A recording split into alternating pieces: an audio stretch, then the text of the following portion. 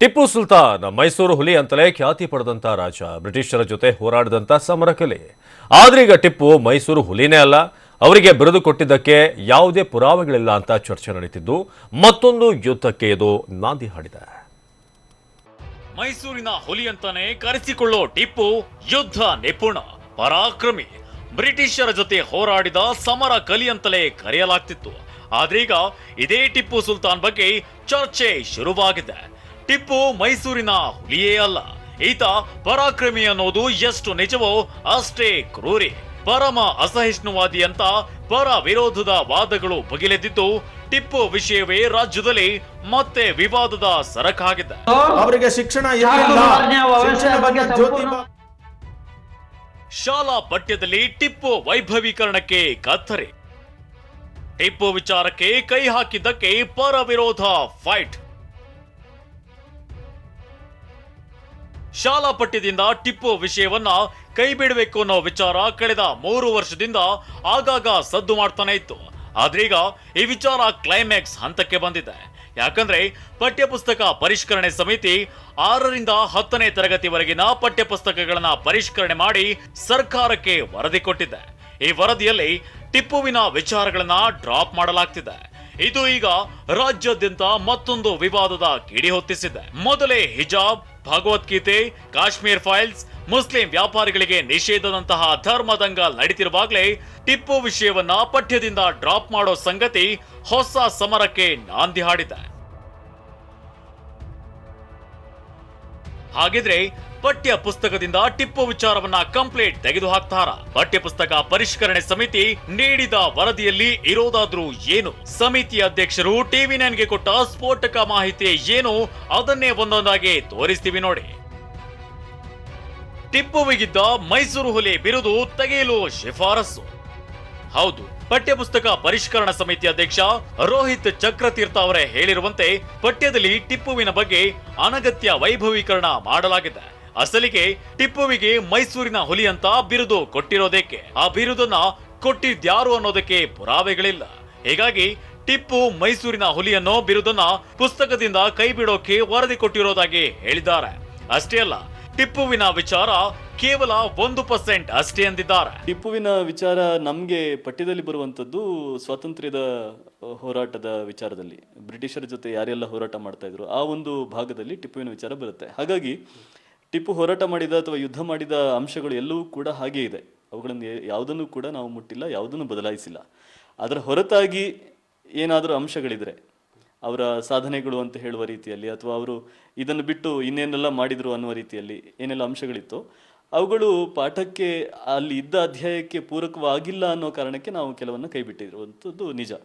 ಕೆಲವು ವಿಶೇಷಣಗಳನ್ನು ಕೊಡುವಂಥದ್ದು, ಈಗ ಮೈಸೂರು ಹುಲಿ ಅಂತ ಹೇಳ್ತಾರೆ. ಮೈಸೂರು ಹುಲಿ ಅನ್ನುವ ಬಿರುದನ್ನು ಯಾರು ಕೊಟ್ಟರು ಅನ್ನೋದು ಯಾರಿಗೂ ಗೊತ್ತಿಲ್ಲ. ಸೊ ಹೀಗಾಗಿ ಎಲ್ಲೆಲ್ಲಿ ಸಾಕ್ಷಿ ಪುರಾವೆಗಳ ಕೊರತೆ ಇದೆಯೋ ಅಂತಹ ವಿಚಾರಗಳನ್ನು ನಾವು ಕೈ ಬಿಟ್ಟಿದ್ದೇವೆ.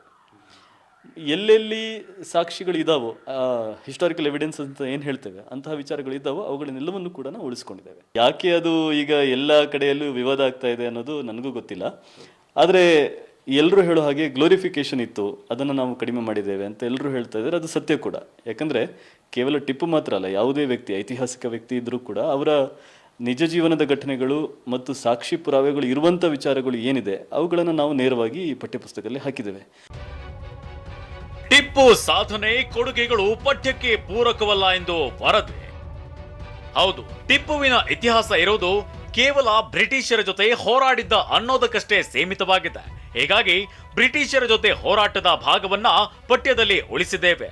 ಆತ ಧರ್ಮಕ್ಕೆ ಏನು ಮಾಡಿದ, ಸಾಧನೆಗಳೇನು ಅನ್ನೋದು ಪಠ್ಯಕ್ಕೆ ಪೂರಕವಲ್ಲ, ಅದನ್ನ ತೆಗೆಯಲು ವರದಿ ಕೊಟ್ಟಿದ್ದೇವೆ ಅಂತ ಹೇಳಿದ್ದಾರೆ. ಅದು ಪಠ್ಯಕ್ಕೆ ಪೂರಕ ಅಲ್ಲ. ಟಿಪ್ಪುವಿನ ವಿಚಾರ ಹಿಸ್ಟ್ರಿನಲ್ಲಿ ಬರುವಂಥದ್ದು ಬೇಸಿಕಲಿ ಆಂಗ್ಲೋ ಮೈಸೂರು ಯುದ್ಧದ ಒಂದು ಪ್ರಸ್ತಾಪ ಬಂದಾಗ ಬರುತ್ತೆ ಅನ್ನೋದು ಬಿಟ್ಟರೆ ಆತ ಏನು ಮಾಡಿದ, ಧರ್ಮಗಳ ವಿಚಾರದಲ್ಲಿ ಏನು ಮಾಡಿದ ಅಥವಾ ಏನು ಸಾಧನೆ ಮಾಡಿದ ಇತ್ಯಾದಿಗಳೆಲ್ಲ ಯಾವುದೂ ಕೂಡ ಆ ಪಠ್ಯಕ್ಕೆ ಪೂರಕ ಅಲ್ಲ. ಹಾಗಾಗಿ ಅವುಗಳನ್ನೆಲ್ಲವನ್ನು ನಾವು ತೆಗೆದಿದ್ದೇವೆ. ಯುದ್ಧಕ್ಕೆ ಸಂಬಂಧಪಟ್ಟ ವಿಚಾರಗಳು ಏನಿದೆ ಅದನ್ನು ಆ್ಯಸ್ ಇಟ್ ಈಸ್ ನಾವು ಅದನ್ನು ಪ್ರೆಸೆಂಟ್ ಮಾಡಿದ್ದೇವೆ. ಯಾವುದೇ ಒಂದು ಸಮುದಾಯವನ್ನು ಗುರಿ ಮಾಡಿ ಪಠ್ಯಪುಸ್ತಕದ ಯಾವುದೇ ಭಾಗದಲ್ಲೂ ಕೂಡ ಯಾವ ಅಂಶವೂ ಇರಬಾರದು ಅನ್ನೋದು ನಮ್ಮ ಒಂದು ನಿಲುವಾಗಿತ್ತು. ಹೆಚ್ಚು ಹೆಚ್ಚು ಧನಾತ್ಮಕ ವಿಚಾರಗಳನ್ನು ಕೊಡಬೇಕು, ಋಣಾತ್ಮಕ ಸಂಗತಿಗಳನ್ನು ಕೊಡುವ ಅಗತ್ಯ ಇಲ್ಲ. ಯಾಕಂದರೆ ಇವಾಗ ಸಮಾಜ ಆಲ್ರೆಡಿ ಭಾಳಷ್ಟು ವಿಘಟನೆ ಆಗಿದೆ. ಸಮುದಾಯಗಳ ನಡುವೆ ಅನೇಕ ವೈಷಮ್ಯಗಳಿದೆ. ಸೊ ಅದನ್ನ ಮತ್ತೆ ಹೆಚ್ಚು ಮಾಡುವಂತ ಕೆಲಸ ಆಗಬಾರದು. ಅದು ಕೂಡ ಪಠ್ಯಪುಸ್ತಕದಿಂದ ಅಂತೂ ಖಂಡಿತ ಆಗಬಾರದು. ಪಠ್ಯಪುಸ್ತಕ ಬರೆದವರು ಅವರ ಒಂದಷ್ಟು ಅಭಿಪ್ರಾಯಗಳನ್ನು ಸೇರಿಸಿದ್ರೆ, ಅಥವಾ ಸುಳ್ಳು ವಿಚಾರಗಳನ್ನು ಸೇರಿಸಿದ್ರೆ, ಅಥವಾ ಪಾಠಕ್ಕೆ ಅನಗತ್ಯವಾದ ವಿಚಾರಗಳನ್ನು ಸೇರಿಸಿದ್ರೆ, ಅಂತಹ ಎಲ್ಲ ವಿಚಾರಗಳನ್ನು ಕೂಡ ನಾವು ಕೈಬಿಟ್ಟಿದ್ದೇವೆ. ಅದು ಕೇವಲ ಟಿಪ್ಪುವಿನ ವಿಚಾರದಲ್ಲಿ ಅಂತಲ್ಲ, ಎಲ್ಲ 6ರಿಂದ 10ನೇ ತರಗತಿಯ ಎಲ್ಲ ಪಠ್ಯಪುಸ್ತಕಗಳಲ್ಲೂ ಕೂಡ ಎಲ್ಲೆಲ್ಲಿ ಈ ರೀತಿಯ ಅನಗತ್ಯ ಅಂಶಗಳಿದ್ದವು ಅವುಗಳನ್ನೆಲ್ಲವೂ ಕೂಡ ನಾವು ಕೈಬಿಟ್ಟಿದ್ದೇವೆ.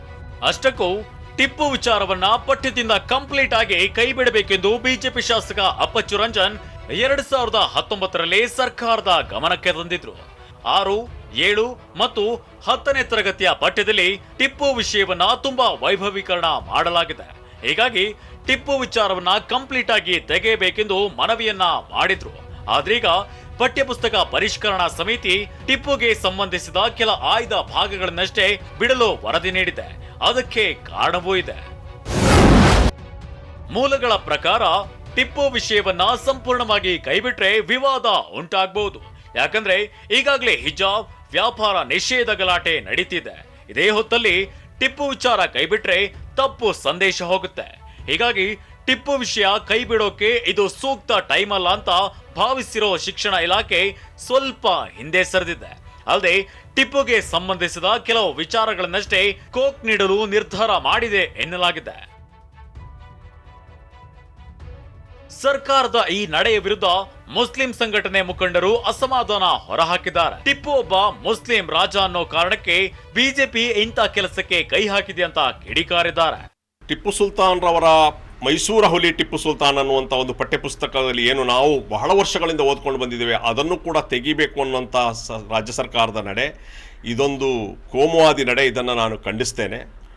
ಟಿಪ್ಪು ಸುಲ್ತಾನ್ರಂಥ ಮಹಾನ್ ದೂರದೃಷ್ಟಿ ಇರುವಂತಹ ರಾಜರ ಪಾಠವನ್ನು, ಆ ರೀತಿಯ ಒಬ್ಬ ಆಡಳಿತಗಾರನ ದೂರದೃಷ್ಟಿ ಇರುವ ವಿಷನರಿ ಒಬ್ಬ ಲೀಡರ್ನ ಪಾಠವನ್ನು ನಮ್ಮ ಮಕ್ಕಳಿಗೆ ಕಲಿಸಬೇಕು. ಟಿಪ್ಪು ಸುಲ್ತಾನ್ ಒಬ್ಬ ಮುಸ್ಲಿಂ ರಾಜ ಅನ್ನುವಂಥ ಕಾರಣಕ್ಕೆ ಬಿಜೆಪಿ ರಾಜ್ಯ ಸರ್ಕಾರ ಇದನ್ನು ತೆಗೆದುಕೊಳ್ಳದೆ. ಇದನ್ನು ನಾವು social democrat party of India ಖಂಡಿಸ್ತೇವೆ. ಪರ ವಿರೋಧ ಏನೇ ಇದ್ರೂ ಪಠ್ಯಪುಸ್ತಕ ಪರಿಷ್ಕರಣೆ ಸಮಿತಿ ಈಗಾಗಲೇ ತನ್ನ ವರದಿಯನ್ನ ಸರ್ಕಾರಕ್ಕೆ ಸಲ್ಲಿಸಿದೆ. ಸರ್ಕಾರ ಇದಕ್ಕೆ ಒಪ್ಪಿಗೆ ಸೂಚಿಸಿದ್ರೆ ಮುಂದಿನ ಶೈಕ್ಷಣಿಕ ವರ್ಷ ಅಂದ್ರೆ ಜೂನ್ನಿಂದಲೇ ಹೊಸ ಪಠ್ಯ ಬರಲಿದೆ. ಅದು ಬರೋ ಹೊತ್ತಿಗೆ ಈ ವಿವಾದ ಯಾವ್ಯಾವ ಸ್ವರೂಪ ಪಡೆದಿರುತ್ತೋ ಗೊತ್ತಿಲ್ಲ. ಅನಿಲ್ ಕಲ್ಕೆರೆ, TV9 ಬೆಂಗಳೂರು.